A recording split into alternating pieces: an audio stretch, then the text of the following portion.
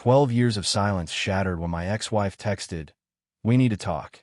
She handed me a photo of a 13-year-old girl with my eyes and a DNA test proving she's mine. But that wasn't the worst part.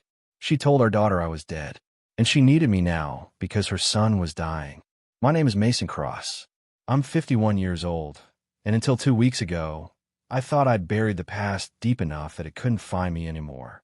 I was wrong. I spent 20 years as a military surgeon, stitching soldiers back together in places most Americans couldn't find on a map. Iraq, Afghanistan, a few classified locations I still can't mention. When I finally hung up the uniform, I opened a small private practice in northern Montana, far from the noise, far from the memories. My days now consist of fishing trips, the occasional consultation, and a quietness I earned through 2 decades of chaos. The morning it all changed started like any other. I was standing on my back deck, coffee steaming in the cold September air, watching the sun climb over the ridge. My phone buzzed on the wooden rail. I almost didn't look. Then I saw the name. Chloe. 12 years of silence, broken by 2 words on my screen. We need to talk. No greeting. No explanation. Just those 4 words that felt like a fishhook sinking into old scar tissue. I stood there, thumb hovering over the message, while my coffee went cold in my hand. The last time I'd heard from Chloe was the day our divorce papers were finalized. She'd walked out of that courthouse without looking back, and I'd let her go because sometimes the kindest thing you can do is stop fighting. We'd been married for 6 years. Good years, or so I thought. Then the deployments got longer, the conversations got shorter, and one day I came home to an empty house and a note on the kitchen counter. She said she couldn't do it anymore. The waiting, the wondering if I'd come back in a box. She said she needed stability, normalcy, a life that didn't revolve around goodbye. I didn't argue. What could I say? She was right. I'd chosen the uniform over her more times than I could count. So we split everything down the middle, signed the papers, and went our separate ways. Clean break. No kids, no property disputes, no messy custody battles. Just 2 people who'd grown apart and had the decency to admit it. Or so I believed. I stared at those 2 words for a full minute before typing back. Why now? The response took 20 minutes. Long enough for me to walk down to the lake, skip 3 stones across the water, and convince myself this was probably about taxes or some forgotten joint account. Something mundane. Something that wouldn't matter. Then my phone buzzed again.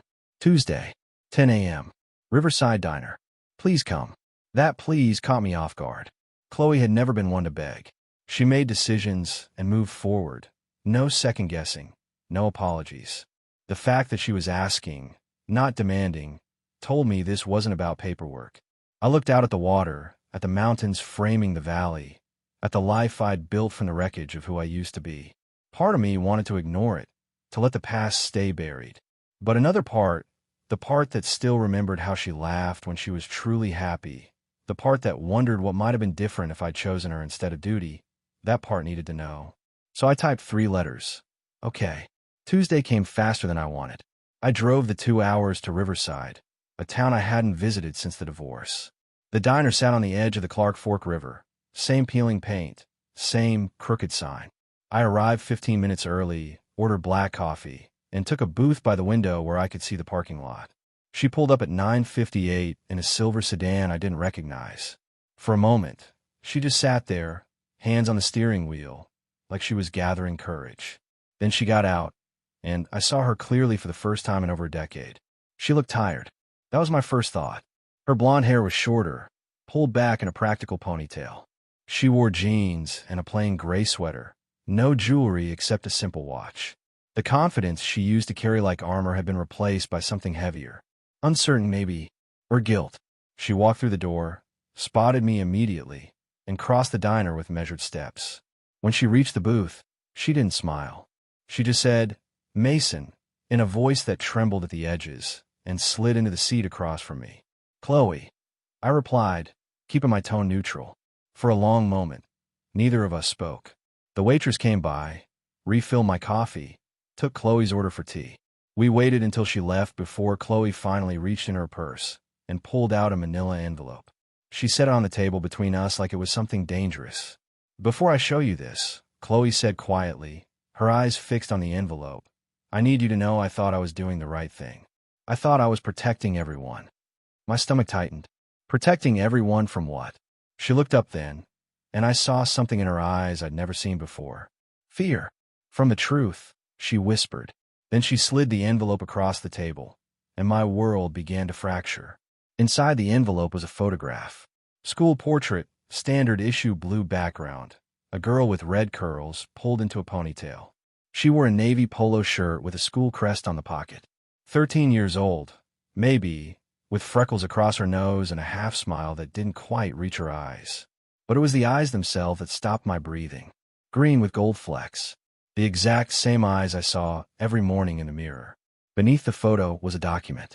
Medical letterhead. DNA Diagnostics Laboratory. My name on one line, another name on the second line. Schuyler and Cross. Probability of paternity, 99.98%. I read it twice, then a third time. The numbers didn't change. Her name is Schuyler, Chloe said, her voice barely audible over the diner's background noise. She just turned 13 last month. I looked up slowly, the paper trembling slightly in my hands. 13. Yes. We've been divorced for 12 years, Chloe. I know. She wrapped her arms around herself like she was cold, even though the diner was warm. I was pregnant when I left. I didn't know it yet. Found out 2 weeks after the papers were signed. The diner felt like it was tilting. I set the documents down carefully, pressed my palms flat against the table to ground myself. You were pregnant. For 12 years. You've had my daughter, and you never told me. I thought it was better. Her words came out rushed now, defensive. You were deploying constantly, Mason. 6 months in Afghanistan, 3 months home, then Iraq, then who knows where. What kind of life was that for a child? That wasn't your decision to make alone. My voice came out harder than I intended, and I saw her flinch. I had a right to know. She had a right to know. Chloe's eyes filled with tears. I told her you were gone, that you died overseas. It seemed kinder than explaining that her father chose the military over her. The words hit like a physical blow. I never chose anything because I never knew there was a choice to make. I'm sorry. The tears spilled over now. I'm so sorry, Mason. But she started asking questions this year. Real questions. She wanted to see pictures, visit a grave, know where you were buried. I couldn't keep lying. I picked up the photograph again, studied the girl's face. My daughter, Schuyler. 13 years of birthdays, first days of school, scraped knees, bedtime stories. Gone. Stolen. Why now? I asked. After all this time, why tell me now? Chloe reached into her purse again, pulled out another paper. This one had a hospital logo at the top. When I saw the words bone marrow transplant and sibling donor, my blood ran cold. Because, Chloe whispered, she's not the only one. And just like that, her secret revelation shattered what was left of my world. I stared at the hospital document, forcing my brain to process words that refused to make sense. Bone marrow transplant. Sibling donor compatibility. Patient name, Ethan Crossbrennan. Age 9. Who is Ethan? My voice sounded distant, like someone else was asking the question. Chloe's face went pale. My son. With my husband, Trevor. Your husband. I set the paper down slowly. You remarried. 4 years ago. She twisted the wedding ring on her finger, a nervous habit I didn't recognize. Trevor's a good man. He owns a construction company in Billings. He doesn't know about you. About any of this. Let me understand this correctly. I leaned back, trying to create distance from the bomb she kept dropping. You have a son with another man, and he needs a bone marrow transplant. He has leukemia, acute lymphoblastic. We found out 6 months ago. Her voice trembled. We tested everyone. Me, Trevor, both sets of grandparents, Trevor's brother. Nobody's a match. The pieces started clicking together with sickening clarity. So you tested Schuyler. She's a perfect match. 10 out of 10 markers. Chloe reached across the table like she wanted to take my hand, then thought better of it. But the doctors need a complete family medical history before the transplant. They need to know about genetic conditions, hereditary diseases, cancer history. I couldn't give them half the picture anymore. This is why you're here. The words tasted bitter. Not because Schuyler deserves to know her father. Because you need my medical records to save your other child. That's not fair, Mason. Fair. I kept my voice level, but fury was building behind my ribs. You hid my daughter from me for 13 years. You told her I was dead. And now you show up because you need something from me. How is any of this fair? Chloe wiped her eyes. I know how it looks. But Ethan is dying. He's 9 years old. And without this transplant, he won't see 10. Skylar is his only chance. I picked up the photo of Skylar again, studied her face. Somewhere in Montana, my daughter was preparing to donate bone marrow to save a half-brother she probably barely knew, while believing her father was buried in some military cemetery. I want to meet her, I said. Before any transplant happens, I want to meet my daughter. Mason, the surgery is scheduled for 3 weeks from now. We can't delay. Then we won't delay. I cut her off, my military training kicking in. You'll tell Skylar the truth. Today, you'll explain that her father is very much alive and wants to be part of her life. Then you'll bring her to meet me. After that, I'll provide whatever medical information the doctors need. She'll hate me. Chloe's voice broke. When she finds out I lied all these years, she'll never forgive me. That's not my problem. I stood up, gathered the documents into a pile. You created this situation, Chloe. You don't get to control how it ends. I'll give you 24 hours to tell her. If you don't, I will. How? You don't even know where we live. I pulled out my phone, opened a notes app, and slid it across to her. Write down your address, your phone number, everything. Because like it or not, we're about to become co-parents. And this time, you don't get to lock me out. Her hand shook as she typed. When she slid the phone back, I saw tears dropping onto the screen. I really did think I was protecting her, Chloe whispered. Maybe you did. I pocketed my phone. But protection built on lies isn't protection. It's just another kind of abandonment. And I won't let you do that to her anymore. I walked out of the diner without looking back, leaving Chloe alone with the consequences of 12 years of silence. The drive back to my cabin took 2 hours, but I barely remember it. My mind was already 3 steps ahead, planning, strategizing, preparing for a battle I never wanted to fight but couldn't afford to lose. First call, Vincent Palmer, my estate attorney and the closest thing I had to a best friend. Vince had handled my will, my medical directives, and the messy financial unwinding of my divorce from Chloe. If anyone could navigate the legal minefield ahead, it was him. He answered on the second ring. Mason Cross, as I live and breathe. What trouble are you getting in now? Vince, I need you to clear your afternoon. I pulled into a gas station, put the truck in park. I just found out I have a 13-year-old daughter. Silence. Then, run that by me again. I told him everything. The text message, the diner meeting, Skylar, the bone marrow transplant, Ethan, all of it. Vince listened without interrupting, which was one of the things I valued most about him. He didn't waste time with shock or judgment. He just absorbed information and started solving problems. First things first, Vince said when I finished. We established paternity legally. That DNA test from a private lab won't hold up if this goes to court. We need an official test, court-ordered if necessary. What about custody? That's the complicated part. Chloe has been the sole parent for 13 years. Courts favor stability, especially for teenagers. We won't get full custody, not immediately. But we can petition for visitation rights, legal recognition, and joint decision-making on major issues like medical procedures. The transplant, I said. They need my consent, don't they? Technically, yes. If you're established as the biological father, any major medical procedure involving Skylar should require your consent. That gives us leverage. He paused. Mason, I have to ask, are you going to use that leverage? The question hung in the air. Would I hold a dying 9-year-old hostage to force Chloe's hand? The thought made me sick. No, I said finally. I'll sign whatever medical releases they need. But I want legal recognition first. I want my name on her birth certificate. I want custody arrangements in writing. And I want Chloe to understand that she doesn't control this narrative anymore. Good man, Vince said.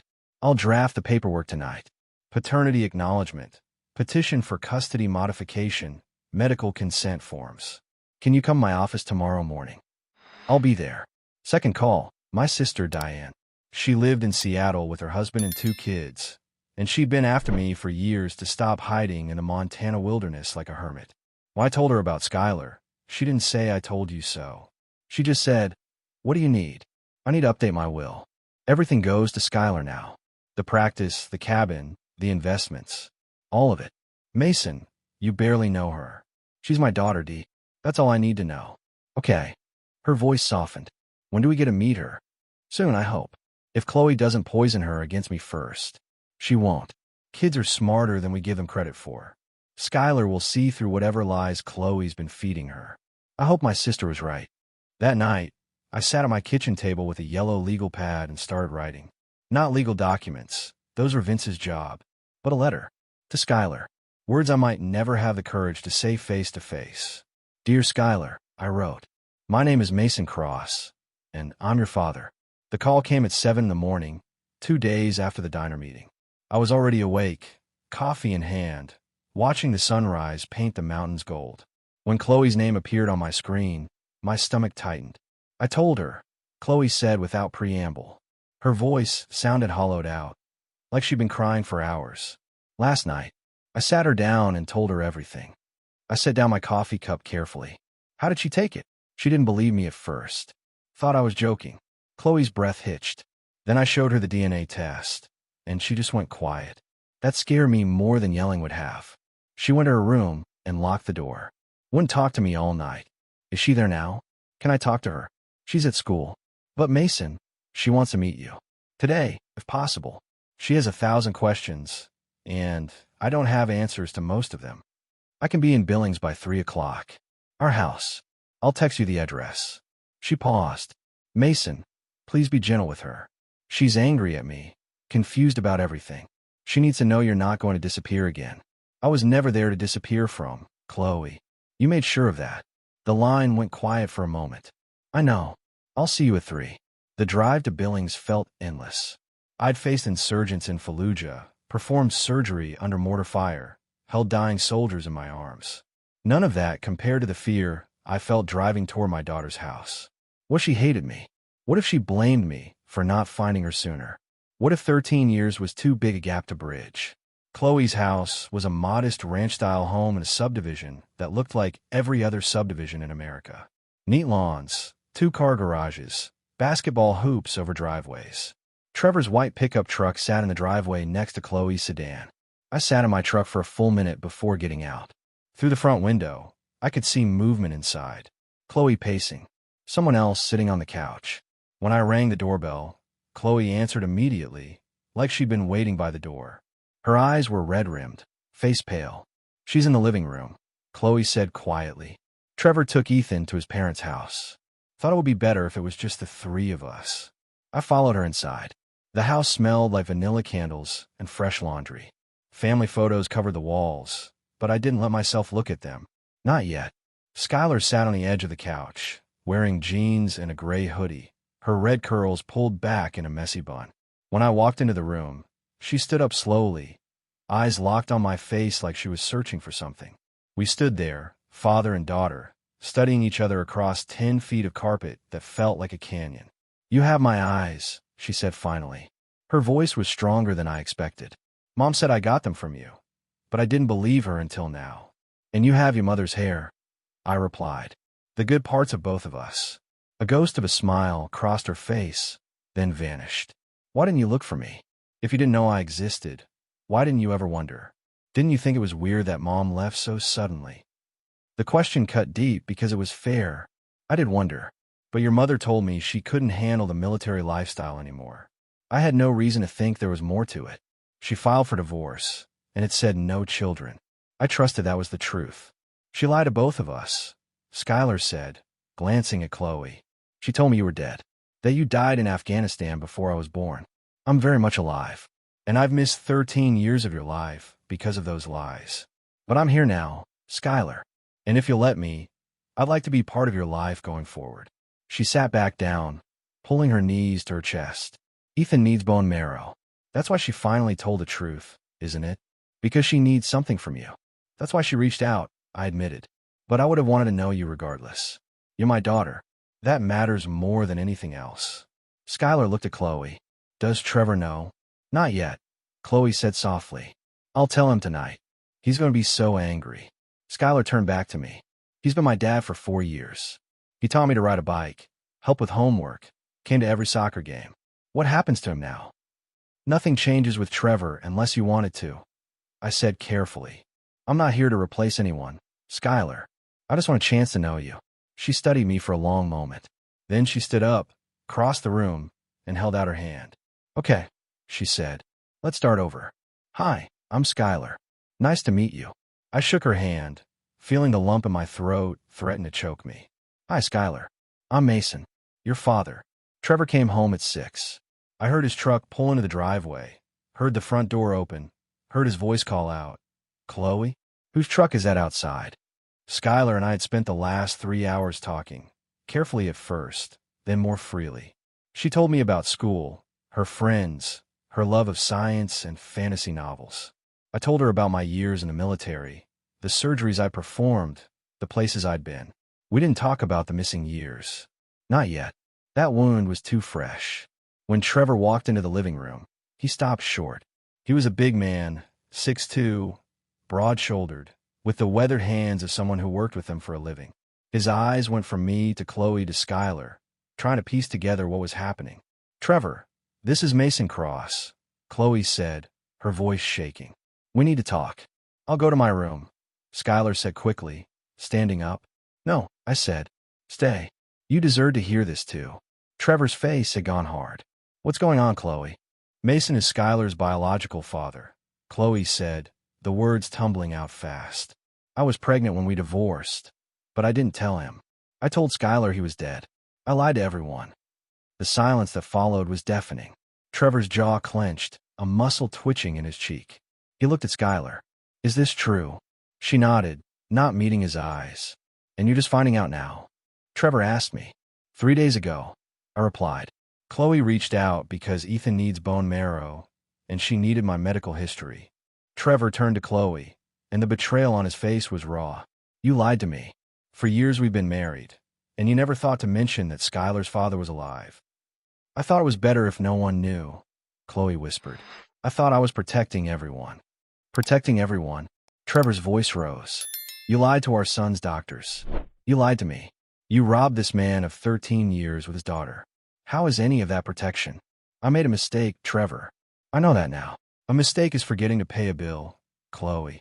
This is something else entirely. He looked at me. Are you planning to take her away? Is that what this is about? No, I said firmly. I want to be part of Skylar's life, but I'm not trying to disrupt what you've built. You've been her father figure for 4 years. I respect that. Respect. Trevor laughed bitterly. You know what I don't respect? Secrets. Lies. The fact that my wife has been keeping this from me since the day we met. Skylar stood up. Stop it. Both of you. This isn't about you two. It's about me and Ethan. She turned to Chloe. I'll do the bone marrow donation. I already told you that. But I want to get to know Mason too. He's my father. I have a right to know him. Of course you do, I said. And Trevor, Skylar continued, you're still my dad. The one who was actually there. That doesn't change just because Mason's back in the picture. Trevor's expression softened slightly when he looked at her. I'm not mad at you, kiddo. I'm mad at your mother for putting us all in this position. I'm mad at her too, Skylar said quietly. But Ethan needs me, and fighting isn't going to help him. The room fell silent again. Finally, Trevor sighed. I'm going to check on Ethan. I need some air. He walked past Chloe without looking at her and left through the back door. Chloe sank on a couch, her face in her hands. I've destroyed everything. Not everything, I said. You still have your kids. They're what matters now. Trevor might leave me over this. Maybe, but that's between you and him. I stood up. I should go. Skylar, can I call you tomorrow? She nodded. Yeah, I'd like that. I gave her my phone number, watched her save it in her contacts. Then I headed for the door, leaving behind a family fractured by secrets, but held together, barely, by the truth that was finally coming to light. Vince had the paperwork ready within 48 hours. Paternity acknowledgement, medical history release forms, custody petition. Everything legal, everything airtight. I signed them in his office while he witnessed and notarized each document. This establishes you as Skylar's legal father, Vince said, sliding the forms into a folder. But Mason, there's something you need to know. I did some digging into Chloe's financial records, court documents, anything public, and she's been receiving state assistance, welfare, food stamps, subsidized housing at one point, all claimed as a single mother with one dependent child. I set down my pen slowly. One child, not two. Exactly. Skylar doesn't exist on paper. No birth certificate filed in Montana. No social security number registered to Chloe's address. Nothing. As far as the government knows, Chloe only has Ethan. The implications hit me like a truck. She hid Skylar from the system to keep collecting benefits as a single mother. That's fraud. Federal fraud, Vince confirmed. If this comes out, Chloe could face prison time, and Skylar would be caught in the middle of it. I stood up, paced to the window. Outside, Billings looked peaceful, ordinary people going about ordinary lives. Meanwhile, my daughter had been erased from official records, turned into a ghost so her mother could collect government checks.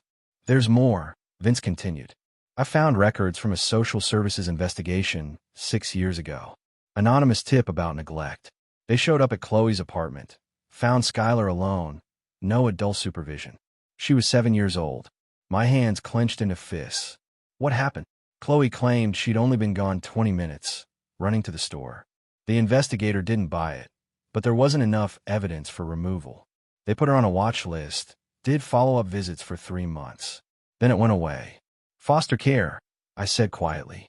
Skylar was almost put in foster care because Chloe couldn't be bothered to find a babysitter, or couldn't afford one. Single mother, 2 kids, working minimum wage jobs. It's not an excuse, but it's context. I turned back to face him. I want custody, Vince. Full custody. Chloe's proven she can't be trusted with Skylar's welfare. That's going to be a fight. Judges don't like removing kids from their primary caregiver unless there's active danger. She committed fraud. She left a 7-year-old alone. She erased my daughter's legal existence. How is that not dangerous? Vince held up his hands. I'm not disagreeing with you. I'm telling you what we're up against. But we can use this. The fraud, the investigation, the hidden records. It's leverage. I don't want leverage. I want my daughter safe. Then we file for emergency custody based on the fraud. We argue that Chloe's criminal activity creates an unstable environment. We push hard and fast before she has time to mount a defense. I nodded slowly. Do it. File everything.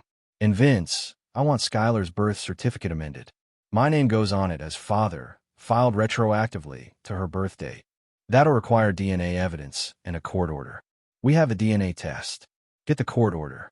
That evening, I called Skylar. She answered on the 3rd ring, her voice cautious but warming when she heard mine. Hey, Mason. What's up? Hey, kiddo. How are you holding up? Okay, I guess.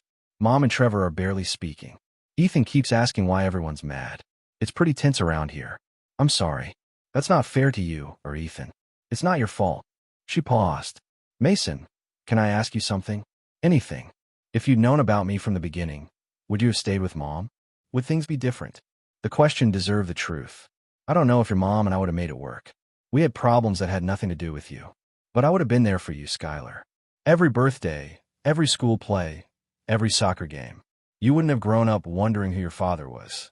That's what I thought. Her voice got quieter. I used to make up stories about you. In my head, I'd imagine you were a soldier who died saving people, or a pilot whose plane went down, or a doctor who got sick helping patients. I made you a hero so it would hurt less. My throat tightened. I'm not a hero, Skylar. I'm just a man who didn't know he had a daughter. But I'm here now, and I'm not going anywhere. Promise. I promise. After we hung up, I sat in the dark for a long time, thinking about the little girl who'd invented stories to fill the hole her mother's lies had created. And I made a decision. Whatever legal battles came next, whatever fights I had to have with Chloe or Trevor or the system itself, I would win. Because Skylar deserved better than ghosts and invented heroes. She deserved a father who showed up. The bone marrow donation was scheduled for 2 weeks out. Ethan's leukemia was aggressive, and the doctors couldn't wait any longer. I provided my complete medical history, answered questions about hereditary conditions, submitted to additional blood tests to rule out genetic complications. Through it all, Skylar remained steady, braver than any 13-year-old should have to be. The night before the procedure, I drove to Billings and took Skylar to dinner. Just the 2 of us. No Chloe, no Trevor, no Ethan. A chance to be father and daughter without the weight of everyone else's expectations. We went to a steakhouse she liked, sat in a corner booth, and talked about everything except the surgery. School, friends, her plans to try out for the debate team. Normal things. The kind of conversations I'd missed for 13 years. Are you scared?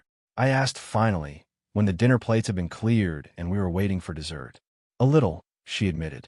Not of the pain or the needles. I'm scared it won't work. That Ethan will die anyway, and it'll be my fault. It won't be your fault, Skylar.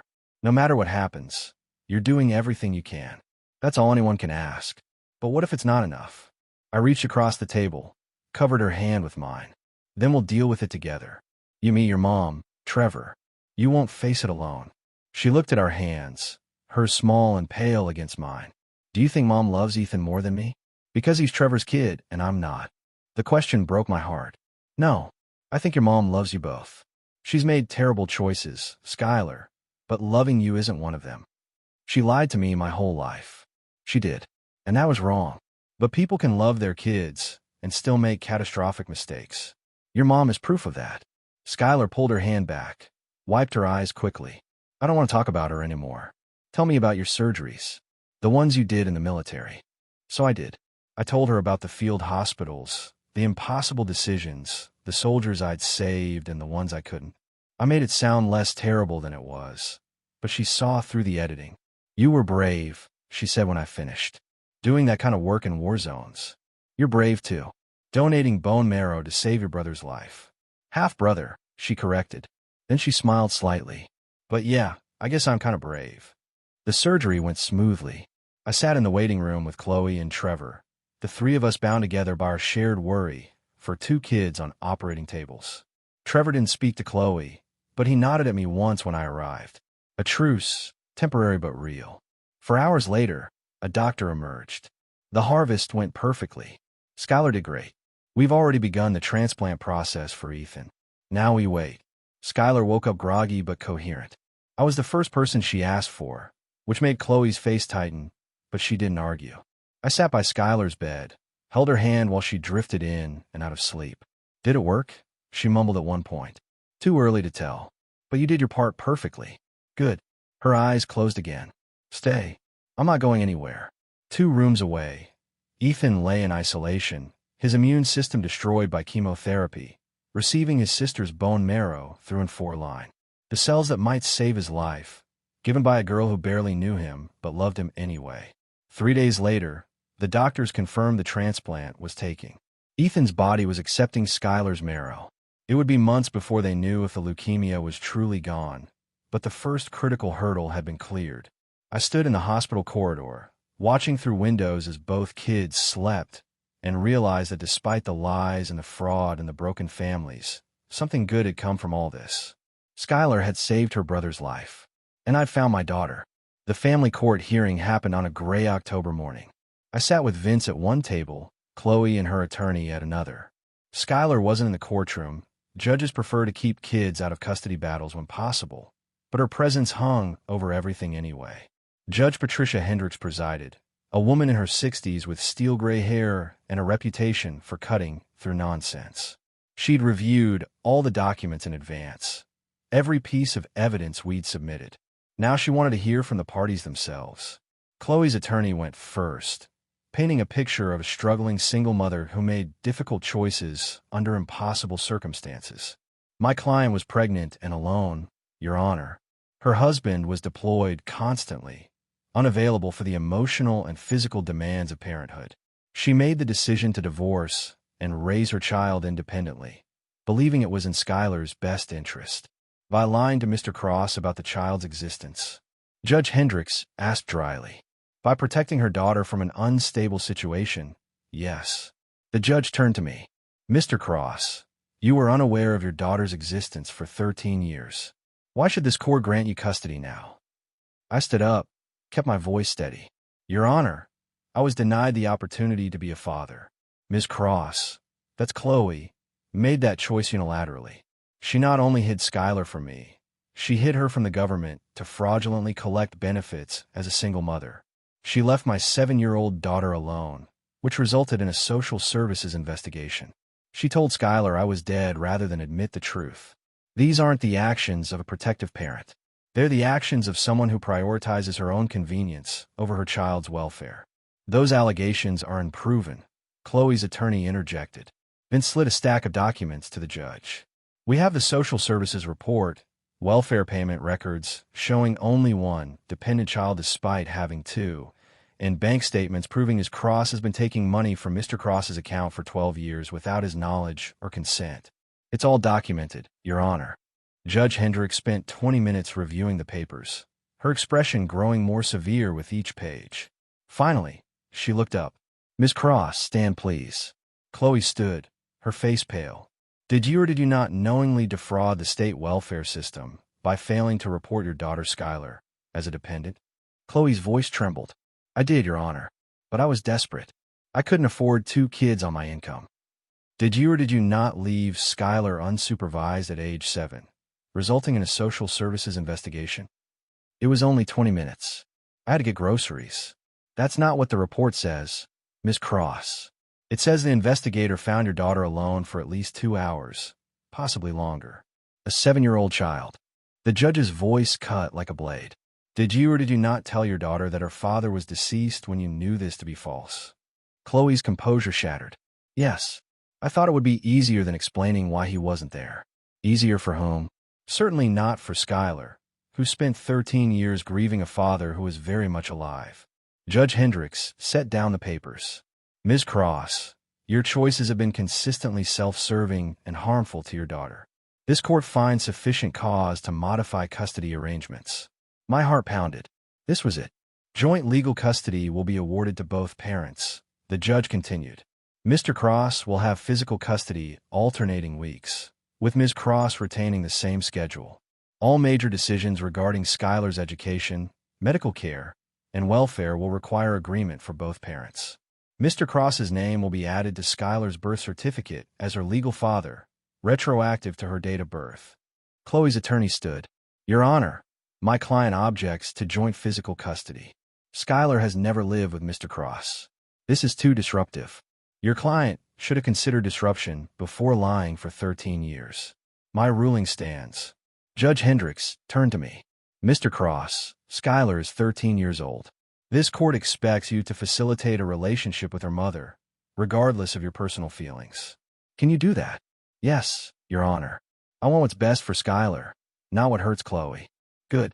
Because if I hear either of you is using this child as a weapon, I will revisit this arrangement. Understood. We both nodded. This hearing is adjourned. Outside the courtroom, Chloe caught my arm. Her eyes were red from crying. Mason, please. She's all I have left. Trevor's filing for divorce. I'm losing everything. You did this to yourself, Chloe. But I meant what I said in there. I'm not trying to destroy you. I'm trying to be Skylar's father. What do I tell her? The truth. For once, just tell her the truth. For months later, Skylar's bedroom in my cabin was finished. We'd painted the walls a soft blue she'd picked out, installed bookshelves she'd designed, and hung photos of us together, new memories replacing the 13 years of absence. Ethan's cancer was in remission. The doctors were cautiously optimistic, talking about 5-year survival rates and long-term prognosis. Skylar visited him every week, their bond stronger now that the truth was out. Trevor had indeed filed for divorce, but he'd also petitioned for visitation rights with Skylar. She'd been his daughter for 4 years, and neither of us wanted to erase that. Some nights, Skylar had dinner with Trevor and Ethan. Other nights, she was with me. And yes, sometimes she was with Chloe, because despite everything, she was still her mother. The money Chloe had taken from my account, I didn't pursue it. Instead, I put an equivalent amount into a trust fund for Skylar's education. Revenge wouldn't give me back the lost years, but investing in her future felt right. One Saturday morning, Skylar and I were fishing on the lake, something we'd started doing every weekend. She'd gotten good at casting, patient with waiting. We sat in comfortable silence, watching the water, until she spoke. Mason, can I ask you something? Always. Do you ever wish you'd known about me from the beginning? That things have been different? I consider the question carefully. Every single day. I wish I'd been there for your first steps, your first words, every birthday, and Christmas. But wishing doesn't change the past. What I can change is the future, and I plan to be there for every important moment from now on. Even when I'm annoying, especially then. I smiled. That's what fathers do. We show up. She was quiet for a moment, then said, I'm glad you found me. Or I guess I found you. Either way. Me too, kiddo. That afternoon, We drove to Billings so Skylar could see Ethan. The little boy was still weak, but improving, his hair growing back in patches. When we walked in the hospital room, he lit up. Skylar. Mason. He held up a drawing. Look what I made. It's our family. The picture showed stick figures labeled Mom, Ethan, Skylar, and Mason. Off to the side was another figure labeled Trevor. A complicated family, broken and reassembled, but still standing. It's perfect, buddy, I said. That night, back at the cabin, I found Skylar in her room, writing in a journal I'd given her. What are you working on? I asked from the doorway. A letter, she said, to my future self. So I remember this year. The year, everything changed. Good change or bad change. She looked up, smiled. Both, but mostly good. I thought about the text message that had arrived 12 years after my divorce. The 4 words that had shattered my silence. We need to talk. I thought about the secret Chloe had revealed, the daughter I'd never known existed, the bone marrow transplant that had brought truth crashing through lies. 12 years of silence, broken, a world shattered and rebuilt. And in the rubble, I found something worth more than all the lost time. A second chance. Get some sleep, I told Skylar. We're hiking tomorrow morning, remember? I remember. Good night, Mason. Good night, Skylar. I closed her door gently and walked to the window, looking out at the Montana darkness. Somewhere in Billings, Chloe was probably crying, mourning the control she'd lost. Somewhere else, Trevor was tucking Ethan in a bed, another father doing his best. And here I was, finally, exactly where I was supposed to be. A father to a daughter who'd spent 13 years as a ghost. No longer